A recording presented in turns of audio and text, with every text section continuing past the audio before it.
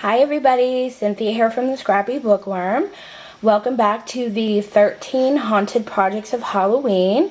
We're in week 3. And I just thought I'd introduce you to Mr. S. Kull. My husband came up with that name. I thought it was cute, so I used it. This is going to be a walkthrough rather than a tutorial to show you guys what I did.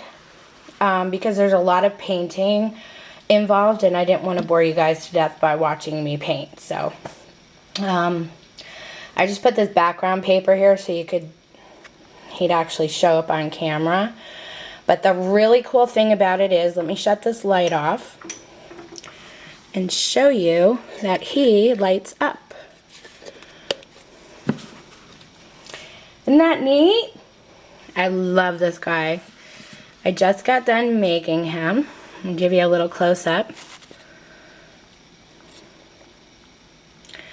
I thought he came out kind of cool. So I'm going to do a walkthrough, show you guys what I did. If you have any questions, just leave me a message below and I'll try to help you out and answer you as best I can, okay? So let's get started. Let me turn my lights on. I really wanted to get this uploaded yesterday. Don't mind my mess back here, guys. But we were preparing for Tropical Storm Isaac. As some of you know, I live in southern Florida. But it's not too bad out there right now, so just a little windy and rainy. So this is Mr. S. Kull. Show you him in his entirety.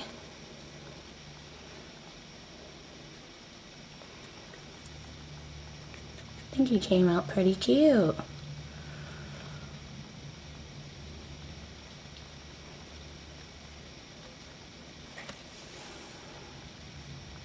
Okay, let me turn the light off here. And I'm going to walk you guys through what I did. For the painting techniques, I bought this skull here. It's paper mache at Michael's. They had it in their Halloween section. I also got the light. It's battery operated. You just pull this thing out and turn it on. It was only $1.49. Got the light there. His little top hat. Now, my husband found the top hat. And these were actually back in the Christmas section where they sell their Christmas wood pieces that you can alter. So weird that it was there, but that's where he found it. And he also found smaller size top hats. And let me show you something real quick from our ghost project last week. You know that he had a little hat on him, but this hat was the smallest hat they had, and I actually like it so much better for the ghost, don't you think? I like the bigger hat better. So anyway, you can find the small hats, the medium size, and he said they even had larger sizes there. You might want to check that out. Okay, back to this. Bought this at Michael's, bought this back where they sell the Halloween decor. And I got the ribbon there at Michael's as well. Let me pull it out so you guys can see all the different images. I loved this ribbon. I just had to have it. Okay, so that's the ribbon I got. And also for the eyeballs, this is just a piece of like vellum sticker. But it's see-through so that when you turn the light on, it actually, well, you can't see that now, but it actually enables this light inside to flicker through the eyeballs. See if camera will pick it up now. You can see the light through there. So that's why I use that. Okay. I just had this ghost button in my stash. And this spider was actually from, I had this forever. Martha Stewart Crafts. She had sold spiders that you could decorate with glitter at one time. I don't know if she carries them this year. I've had them for a while. But I used one of the spiders from there. This is a handmade flower from Rosette Trim that I colored with black paint, where I inked it with black and metallic silver paint, so it came out like a gray color. And then this netting I found at the Dollar Tree called Creepy Cloth, and they had it in black. I had purchased it in gray, but they had black there, so I went and got another one. Okay, I think I explained. Oh, and this was fussy cut from stamps that I own, which I'll show you then later. And this charm I actually ordered from Discount Charms, which I'll put the link below. I'm not sure if they still have them because I know they were having a big sale and they were getting rid of a lot of stuff. So, okay, let me walk you through what I did. First, I used my really thin tip glue gun, and I went around the paper mache skull and I drew on like veins all over the skull. And there was actually some paper mache lines here that you could use to try and create some. But this is pretty much all I did around the entire skull. And I think you guys can see them right here. That's how I got that look. Some on the chin, back in here. Okay. Then, after that was dry, I painted the entire thing with black acrylic paint. And I just let it sit and dry. If you use your heat tool, you might heat up this glue again and it might drip. So that's the reason why I let it air dry. After it was air dried, the black acrylic paint dried, I went over it with a thick coat of the Crackle Medium from Folk Art. The whole entire skull. I mean, I really slapped it on there thickly. And then I let that air dry. Once that was done, I actually used a mixture of, this is what I mixed it in this little container, of the Americana Desert Sand and a white acrylic paint until I kind of got that look from it. And I painted the whole thing with that, and it all crackled. As you guys can see, I thought it gave it a really cool effect. Then, once that was completely dry, I re-outlined his teeth with my black gel pen. Let me see, I don't know where I put it. So I could show you guys what I used. Okay, well, it's the Jelly Roll pens. I just used black. I don't know where I stuck it right now. And then I went over the whole thing with my paper Mod Podge glue sealer. I let that dry. Then once I did that, I went in with my black ink and my Distress tea dye stain, and I distressed the whole thing. Went over the black over all of the veins that I did with the glue gun. And then I went over the whole thing with the tea dye.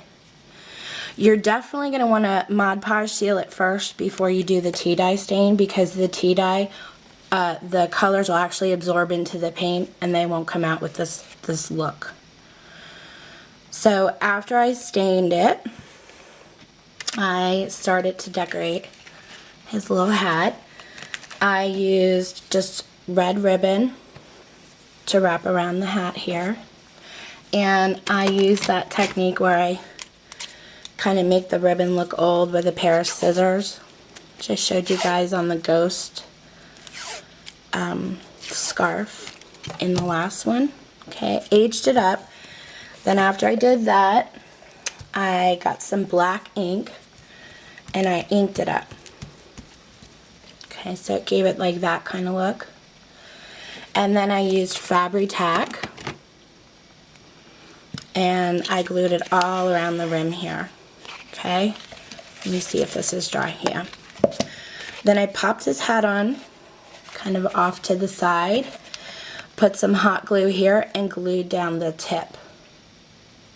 Okay, which you can see right here on this guy right here. Okay, for the eyeballs, I didn't want to put regular eyeballs on him because I wanted light to come through. So I used from this Martha Stewart pack. You get 36 pieces in a pack, and it is the Carnival adhesive die cuts.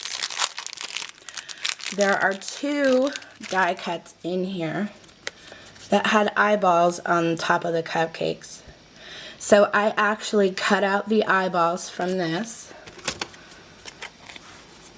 which I'm going to cut one out to show you how I got them in there.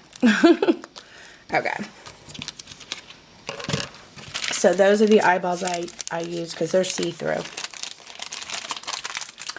I flip this guy around. Of course, you're going to want to take this off before you start your painting. And I took the bottom of my candle and I kind of set it on there. I traced it around with my pencil and I cut it out with my craft knife.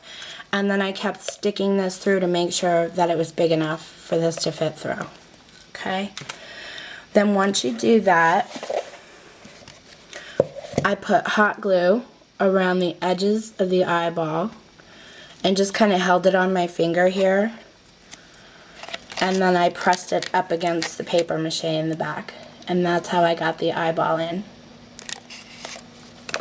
Which now I won't be able to get them back out. Oh, there we go. Okay. So that's how I did the eyeballs. Oh, and the little pieces here were actually from a stamp set that I have. I don't know the name of this stamp set. I've had it for a little while, but I used the bat and this guy down here, and I stamped them with archival black ink onto regular craft cardstock. I used my white gel pen and red markers to color them in. Then I glossy accented the little hearts and the eyeballs on the bat, and I just glossy accented the crow here and a couple other things, and then I fussy cut this whole thing out. I added a little bit of adhesive like on the back of this side and on the bottom, and I pushed it in against the hat and kind of bent this out a little bit so you could see it from the front. This was actually a, what do you call them? My ink's not dry on there yet. I just got done doing this. It was a little flat back ghost button. I fussy cut this bat out and glued the bat body here. And then I took my pencil and I rolled the wing and then rolled it back out. And then I glued that part down.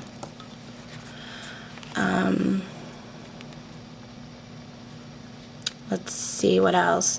Oh, but this part here, which you guys can see, was actually from I recycled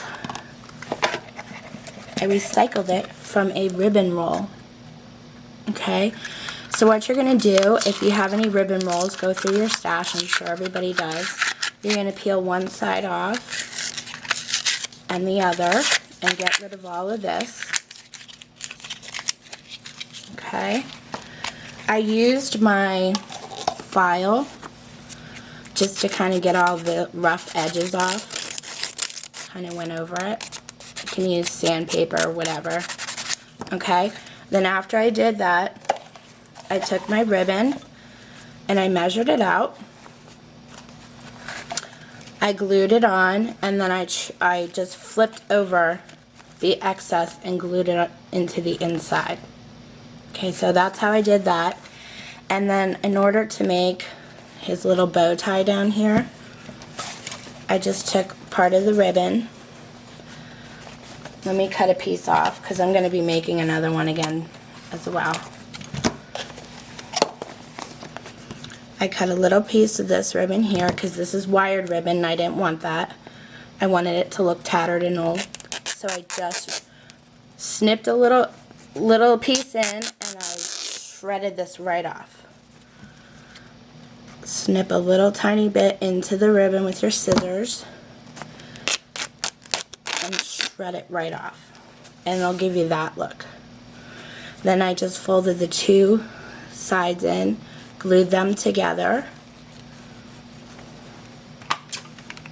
which I'll do for you right now.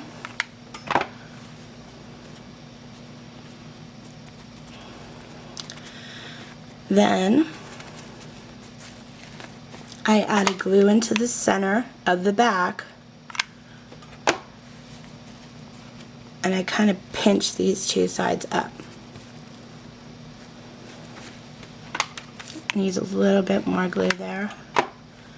So you fold it in, you have two fingers underneath here, and you pinch it up. Okay, so it looks like that. Looks like that from the front.